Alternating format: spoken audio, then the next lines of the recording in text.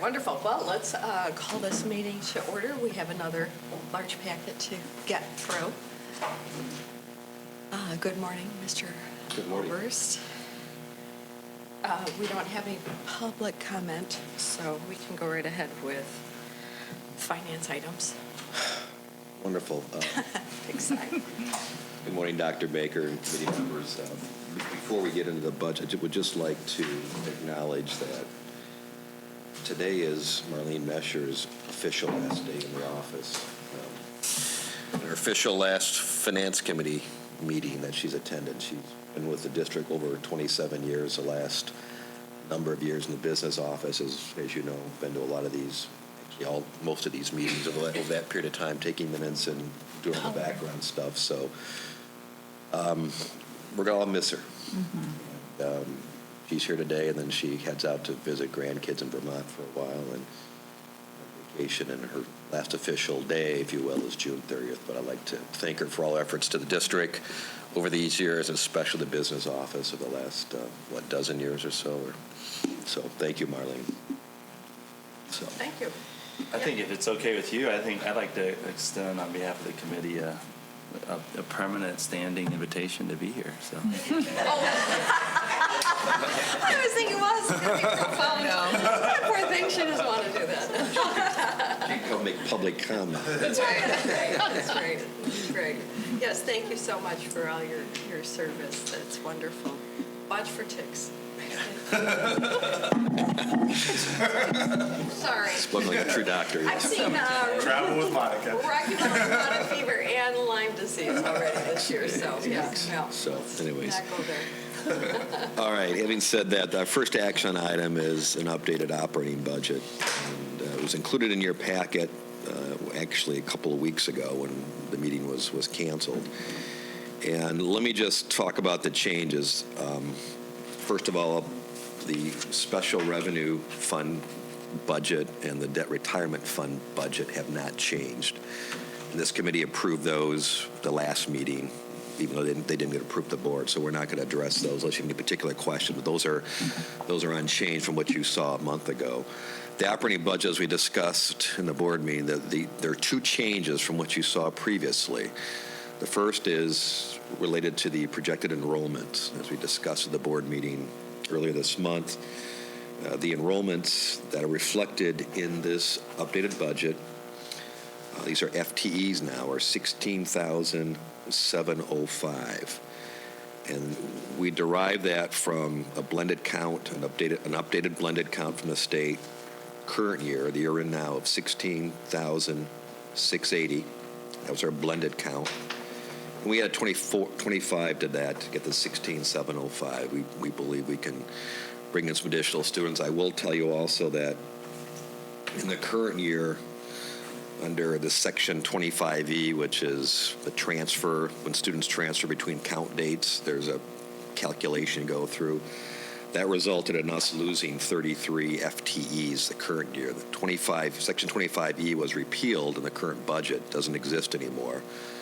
So we would just maintain those 33. We've certainly got our 25 we've anticipated. But we believe we can bring that in given the retention recruiting programs that continue in full force, as well as, you know, our offerings and our choices. So at that count, that was about a $3 million reduction to state aid revenue. So that's the first chunk of the difference. The other, which has resulted in a $415,000. Sorry, Dr. Reynolds, go ahead. Do you have this on a document somewhere? Have? The specific changes that you're going through? No, just what I'm telling you. I can certainly send something out. That would be bring some to the board. Or the board yeah, tonight. That's fine. Yeah. And the other change was, as you again recall, in closed session earlier this month, the board agreed to go to, for all employees, to go to full hard cap, which takes effect on July 1st of this year. That added about $415,000 to expense. So the impact from the last time. Yeah. So the impact on fund balance, and Lisa, do you have those? Did you hand out those fund balance? Lisa will we'll hand out a fund balance analysis for you. But so the impact on fund balance from what you saw previously was $3,415,000 reduction. And what Lisa just handed out to you is a fund balance analysis. This is reflecting the current budget. So I've shown to you the last 2 years, and this is the computation under their state's early warning criteria, which again is total fund balance divided by unrestricted revenue. And so the last column is based on our budget now, and that gets our budget down, our fund balance amount down to 6.15%. And it was at 8.5% under the first version of the budget. And I mentioned to the board in the board meeting that if we took $3 million out, it'd get down to 6.5%.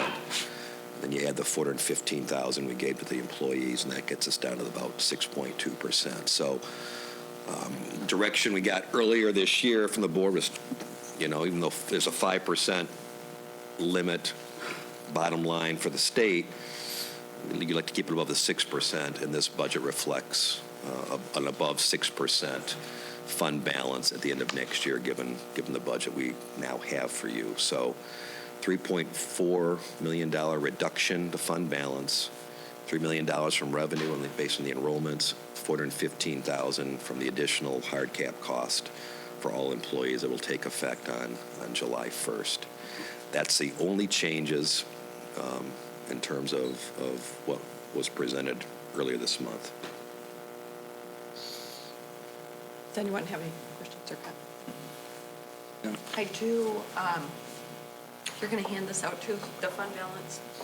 If this could be Sure. Incorporated in the packet. Sure. And then also the 2016, 2017, you have original, which then Yeah, I see that. It should be amended. that will Yeah. cause Yep. strife. You're right. I appreciate that. I just saw that as I was Yeah. looking at it today, too. So Just Yeah. trying to make sure Yep. we have everything I'll as bring current that as tonight, a possible, and that bullet point of our the changes, and then documentation this fund reflects. Yeah, Yes, wonderful. absolutely. Let's see. So really, the net change then ultimately, it was 6.2 from the original discussion would be the fund balance, and now it's 6.15%. That was 8.5, the original. Right, but then Now you it's- talked yeah. about the decrease with the $3 million. Yeah. Now it's, yeah. So Yeah. 6.15 is based on the revised budget that you have in front of you. Right. Yep. Okay. Anything else? Now, we will need an action from this committee on the resolution, because it is a change.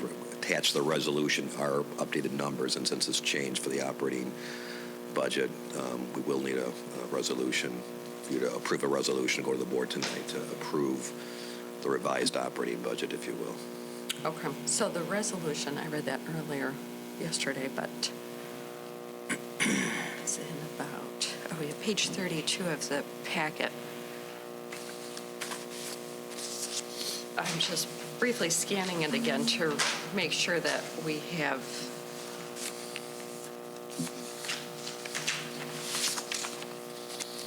anything that reflects the changes, and it really doesn't. So we just need a motion. To approve the resolution to Resolution. adopt the 2016-17 general operating budget, yes. Can I get a motion? Actually, there's one quick question, just clarifying. And I probably not. It's after all those these, but then prior to. Actually, I'll just. Yeah. So just to make it clear that the 8.5% original was based on not doing the extra hard cap. Correct. And a higher number of. Higher enrollment number, yeah, correct. So, and then that dropped to 6.5% based on the different enrollment calculation. Yeah, exactly. And then it dropped to 6.15 because of the increased addition towards the hard cap. Hard cap, yeah. Yeah, so That that could- decision was made after the board meeting, you recall. Right, exactly. Closed And it would sessions. be nice if this document that Monica's talking about says this very clearly, because I Yep. liked it. Yeah. So Absolutely. that way they can, everybody can Absolutely. see that. Right. Look, we Yeah, went we about that want meeting, clarity, and we, there's nothing Okay. we're hiding. Yeah. right, and we're, and we work to give more, so I think that's To okay. the teaching Yeah. staff, yeah, Yeah. yeah, Okay. yeah, wonderful. You can do that. Or we'll do that. Oh, So, a I still need a motion. resolution. Can I get a motion to? No, I'm in charge still here.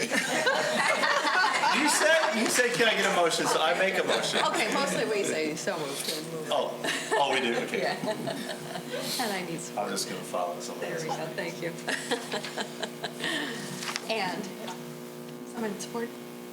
I Or could you have another s- question, sir? I could support, but I do want to state that in the blanket POs, which we're going to be talking about in a few minutes, Yeah. my company is listed as one of the contractors, and so I don't know if I'd like to at least express that, Oh, sure. that potential conflict of interest in voting for it. But so I don't know what the advice is. That's this next area where we'll be. But yeah, it is for part the- of the total. But now for budget. this, oh, I see, sure, yeah, thank you for that. So I want to make that clear. Transparency, sure. I don't think he has to recuse himself from voting. But no. Okay. And my support is expressed then. Okay, wonderful. All in favor, say aye. Aye. All opposed, same sign. Okay, now we have the operating budget. The resolution shall go Thank you. for tonight. The next action item is the purchasing agenda.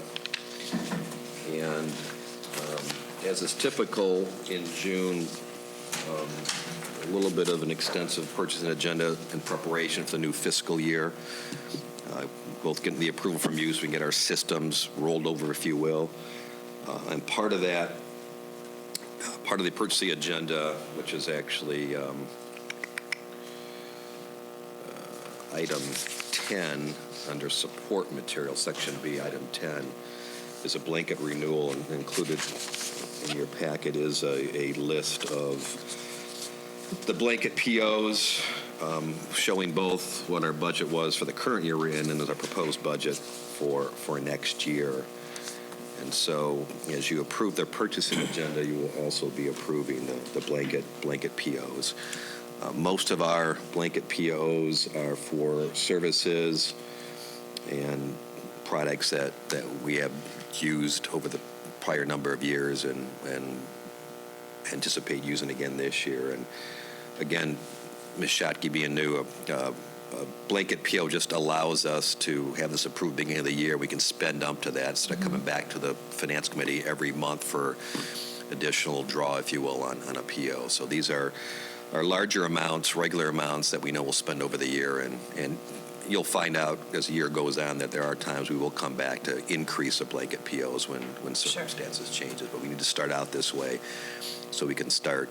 There's a lot of preparation done as over the summer months in terms of getting supplies and stuff in anticipation of school starting. So this helps in terms of the process to have these blanket POs approved by the committee and the board ultimately. So any questions anyone might have on any of the purchasing agenda information?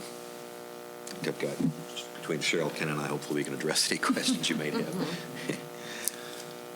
Yeah, what about Jose's question that this would be, if unless it was a change from last year, we had the same thing this year, right? It's the blanket, his company being included in the blanket order. I'm not the legal counsel to the finance committee, so I don't. I mean, the fact that Teresa he's thinks made it's it fine. known is certainly needs to be, whether he needs to recuse himself from the vote, I don't know. Yeah. Yeah, it seems like it was ongoing before you got here. It hasn't correct. changed since you got here, so it seems like it's not a problem. It would presumably continue if you weren't here, so.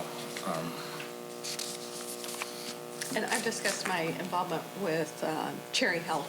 I'm an Right. employee of Cherry Health, and Sharon has, Ms. Pitts has said it's fine, that I can vote, yeah, as long as you sort of Make it known, yeah. acknowledge Yeah, it. yeah. Yeah. That'd be my guess. I do have some concerns, however, regarding our communications expenses, and having expressed the fact that my company is listed, and to address those concerns, I have even suggested that my company not receive any funding from the schools to continue services. However, in view of my concerns, I've expressed those to the public relations person for our district, that historically there's been a gross exaggeration and circulation from some of the companies that we engage contracts with for Spanish-only publications. Those concerns continue to be very significant in that we are stewards of public funds and should scrutinize and ensure that we are getting the best result for the dollars that we expend. So I'd like to go on the record indicating that that there is a concern.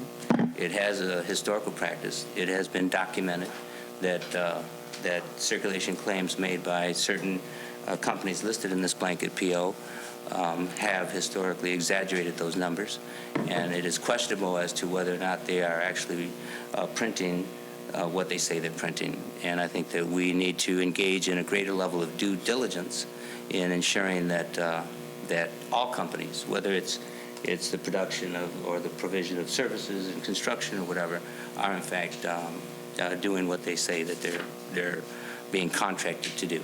So with that expressed, I'm in support of the blanket POs with a concern, and I hope that someone within this administration would address the issues that I've raised, the documentation that exists in emails, documenting the fact that these other entities engage in circulation fraud and deceit, and that going forward there be some correction of that. Thank you.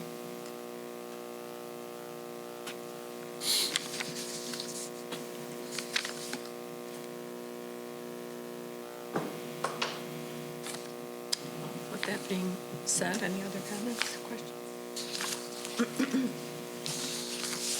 Can I get a motion to approve the purchase agenda, including the blanket orders? So moved. Support. All in favor? Aye. Aye. Aye. All opposed, same sign. I think we'll have superintendent address that.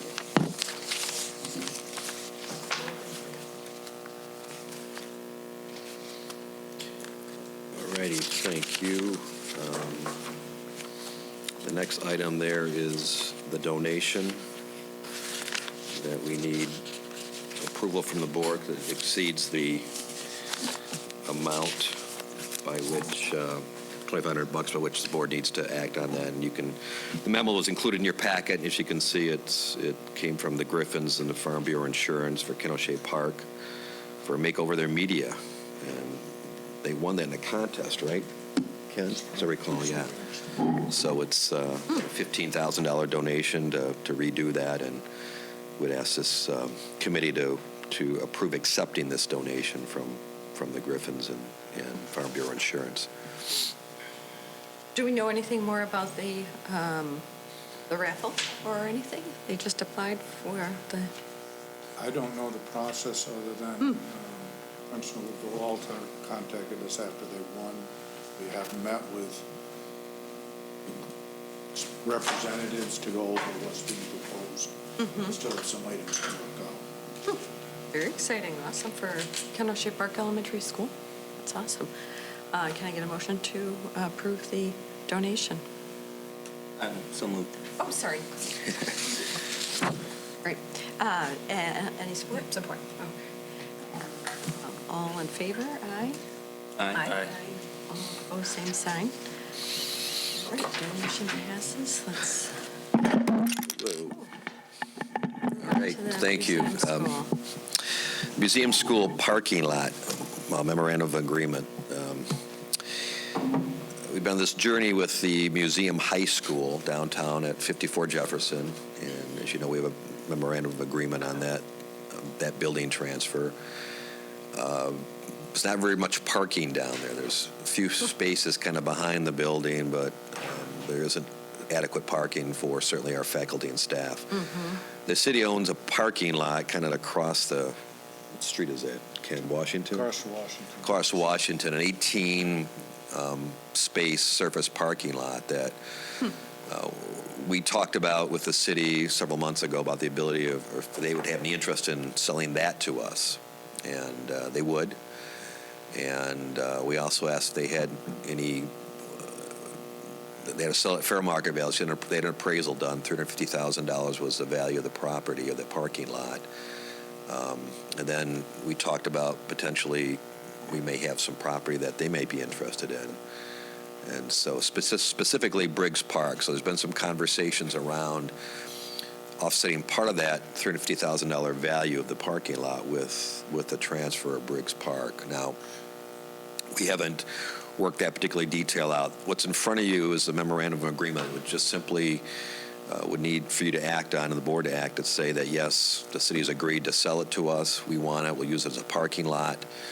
They made it very clear that we couldn't compete with them since they're in the parking business. It had to be used for our business, which it would be. And that potentially under item 2 of the MOA, it talks about maybe there's an opportunity for part of the sales price of $350,000 to be satisfied by a transfer of property. So this memorandum of agreement just lays out the parameters of this transaction. Though actually, when we get everything worked out, there actually will be a sales purchase agreement that will need to be approved.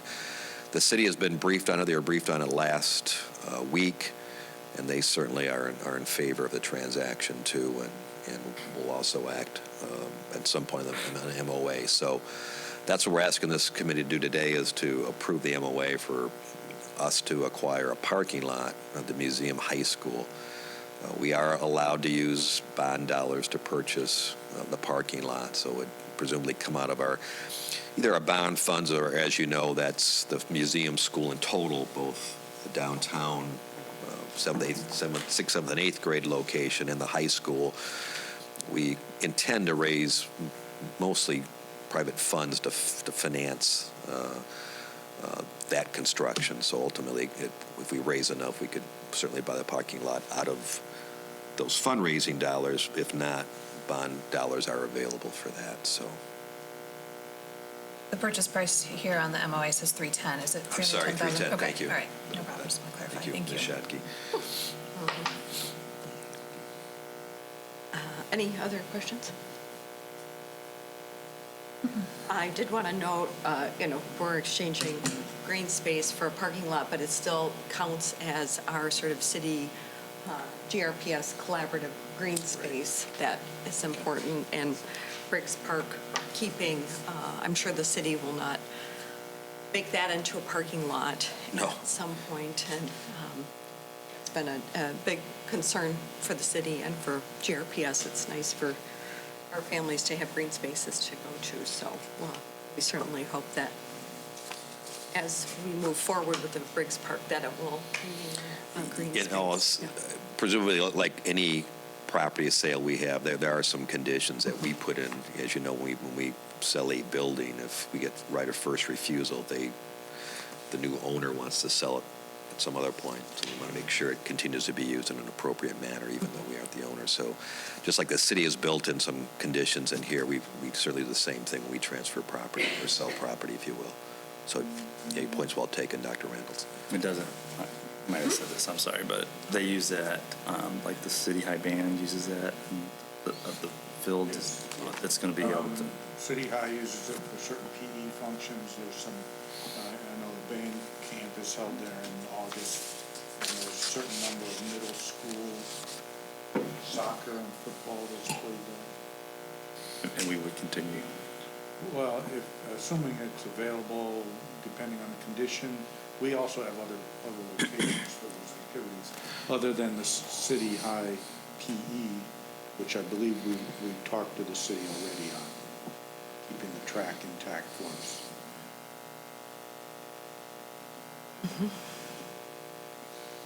Okay. Any other questions? No, I please. move adoption. Ready? Can I get a motion to approve this MOA? I move approval. Great. Support. Great. All in favor? Aye. Aye. Opposed, same sign. Okay, there we go. Warm, safe, and dry. What's before you is an update on the capital renewal projects list. And just to save you going through it, it's the one with the varying colors in. Yeah. In the past, we had brought that every 6 months for approval. We did not bring it last January. Primarily, we wanted to make sure that it meshed up with where we were spending, or going to spend bond dollars. So this will be our last year of collection of warm, safe, and dry dollars. So this is potentially our last spending request of projects to you. What's shown in the red column, which is the 16, 17-year priority projects, there are only 3. While they show up more than 3, the 3 are some funds to reopen Ridgemore. There's consideration to reopen that building, and because it's been closed 4 years, there's certain code items that have to be addressed, and we'll take care of that. There is also noted under Innovation Central a roof replacement on the gym that needs to be done. And then under a number of locations, there are energy management system controls to replace what's still on the Commodore. They have to be done building by building. Now, they're all listed on here. Some of them are even enclosed buildings. We're going to monitor those and save those as the last ones so we know the status of the building before we do it. But those are the 3 different items that are in here, Ridgemore Central and the EMS controls. In the past, we've asked for the priority year, which would be that column, and the second priority. And that's in case something happens, an emergency comes up. It's already on an approved list. We still bring them back. Anything we do comes back as a contract approval. So this body and the full board still gets to act. We also noted some projects that we moved to bond. And then there's a TBD column for everything else that we don't have money for at this point. Just another note, the 3 projects that are listed total about $2 million. We are reserving the remaining approximately 1.8 million. There's no requirement that we can find on how quickly we have to spend that, but we want to save that for the next few years for items that come up as an emergency. A roof fails, a boiler fails, we have some funds to deal with rectifying those situations. So we're asking for approval of this list and the projects identified as next priority and second priority. Any questions, comments? No, I have a couple. Could we clarify what is the last year then? 16 or 16, 17? Is it a school year? You said this is our last year? School year. Okay. 16, 17. Dr. So- Randall, so the last collection of the warm, safe, and dry millage will be the summer taxes this year. This year? This year, Okay, so right. next Our month. expenditure will be last year. Actually, the Yeah. tax bills go out, I think, later this week. Soon enough, That'll yeah. be the last collection of that. Good. Just trying to make that nice and clear. And it would be nice, just more for public to know, because we have approved a lot of roofs and boilers over the past 4 years, 3 years. It would be nice just to have that list to let people know we have, replaced with wonderful, generous money. We have done a significant amount, and it doesn't have to be every little project that we've done, but I think it would be nice just to have sort of a less busy list for public consumption, just to share. It doesn't even have to, it can just be in this packet or whatever, but I think it would just be nice to have a list of roofs and boilers and, We've done that in the past, and we need to update it, but we've done it by type of project, we've done it by location, we've did it three ways, and I'm missing the third way. But we've done that, so we can Yeah, update that and do yeah. that next month. Right, great. I know I've done it previously. Anything else, Dr. Baker? Are you ready to? We need to approve these. Yes. Yes, thank you. Okay, so I need a motion to approve the projected expenditures on the warm, safe, and dry. So moved. Support. All right, all in favor? Aye. All opposed, same sign. Okay, wonderful. Great. Now, moving on to reports and updates and discussions. Yeah, again, the first report is the May financial statements. The one-page summary where we're at through 11 months of our fiscal year. We're tracking. We updated the budget with an amendment, as you recall, last month in May, and so this is pretty tracking according to that updated budget. There are a lot of, as we close out our year in June, on Thursdays, there are a lot of adjustments and sometimes invoices get to us late, and so there's a lot of that'll take place, a lot of cleanup, I would call it, through the month of July, and to prepare for our year-end audit, which will take place late summer here. So, but again, we're tracking as expected through the 11 months of 2015-16 year. So, any particular questions anyone might have on that? And that was really in the beginning of the packet, just for clarity for everyone else. Yeah. I don't have any other questions. Ken, I don't know if there's anything more you want to say about warm, safe, and dry? Yes. In the packet, we made a change, and the first couple of pages of what it was appears the same format as the warm, safe, and dry update. Is we've split off the projects that are really bond funds now. The Colville Elementary conversion to Frost High School, and this is our first attempt. So we have a little bit to clean up in the formatting and identification, so it's clear that that's bond. We've separated that off, and we've separated off the 111 College demolition project.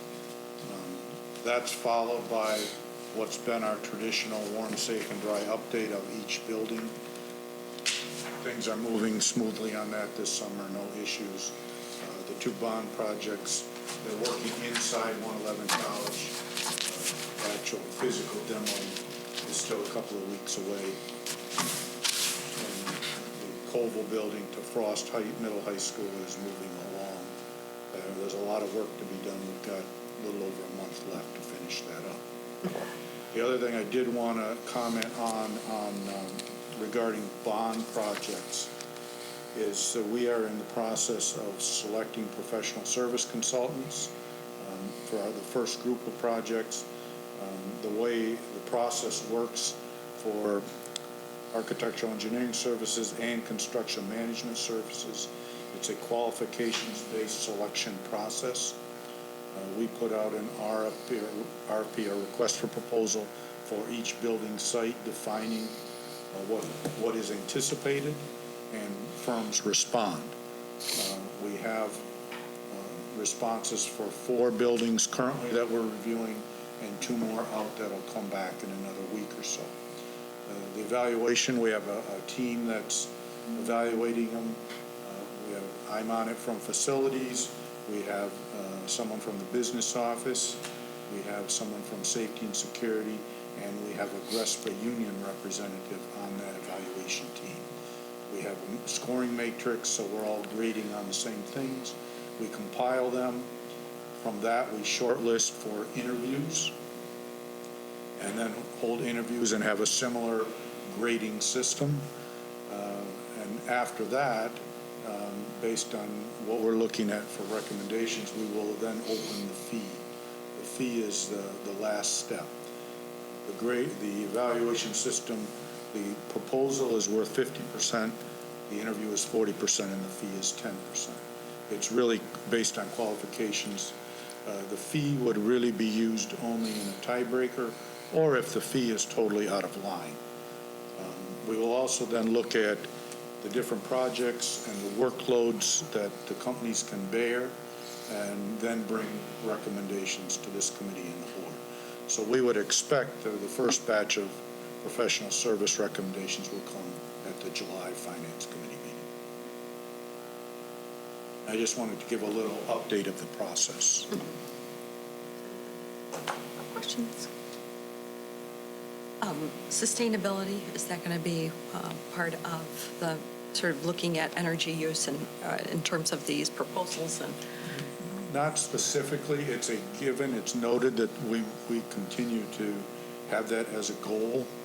We'll look to, wherever possible, be LEED certified or Energy Star, whatever is appropriate in the design. Probably the largest change we made this time was in each proposal, every firm was to respond, and there's a section there graded on it, on how they would go about incorporating and creating opportunities for local businesses and creating employment opportunities for Grand Rapids residents. That is a significant change that we've added in as a requirement. That's very good, I think. It's good to hear for the public. Of course, I'm going to say this and encourage this, but I think too, having the input of our Green Fellow when she's back from maternity leave in terms of how important this is for a triple bottom line and to improve output of people. So teachers perform better, students perform better in high performance buildings that are plenty of natural light and that are close to LEED certified or built in some fashion. So that really does need to be a priority, because it's not only just a good thing for because it sounds great, but because it actually does improve in performance and reduces energy expense. So it is very important to continue to be very cognizant. Anything else? Great, wonderful. Any other items? I don't believe we have anything. Policy, action updates. Resolution, do we need to actually change our policy regarding this fund balance? Actually, I was going to ask you that. Yeah, I mean, my recommendation would be yes. I mean, we've got a measurement that really means something outside of the district, if you will, and so I was going to suggest that we craft a new fund balance policy for the board and bring it to you at a future meeting for your review and approval, so we can be consistent, because as we've talked before, really the early warning fund balance requirements, what we need to keep our eye on now, because that makes a difference with the state and with state's involvement in our operations. So. Yeah, I think that would be great to bring that back, seeing how seems like it's settled down. Yeah, exactly. I mean, that's what they're using now. We're aware of that, and so yeah, I'll do that next meeting. Bring a draft into that. Great. Anything else? No? Wonderful. We're a little earlier than last time. All right. So, meeting is adjourned. Thank you. Thank you. See you.